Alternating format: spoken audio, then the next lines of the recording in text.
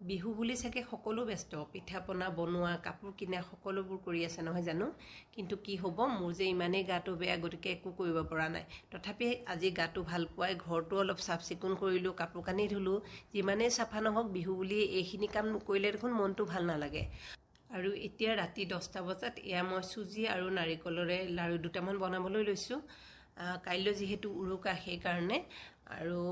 চাওঁ কি কৰোঁ দুটামান পিঠাও বনাম চাগে যদি গাটো ভালে থাকে আৰু বৰ্তমান এইকেইটা বনাই থৈ দিওঁ আৰু মানে বিহু বুলি ক'লে কিবা এটা ঘৰত নবনালে ভাল নালাগে নহয়নে বাৰু সেইকাৰণে এয়া বনাবলৈ লৈছোঁ আৰু সকলোলৈকে আগতীয়াকৈ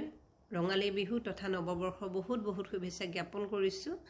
আৰু আমাকো আশীৰ্বাদ কৰিব আপোনালোকে আহি থকা বছৰটো যেন ভালে যাওক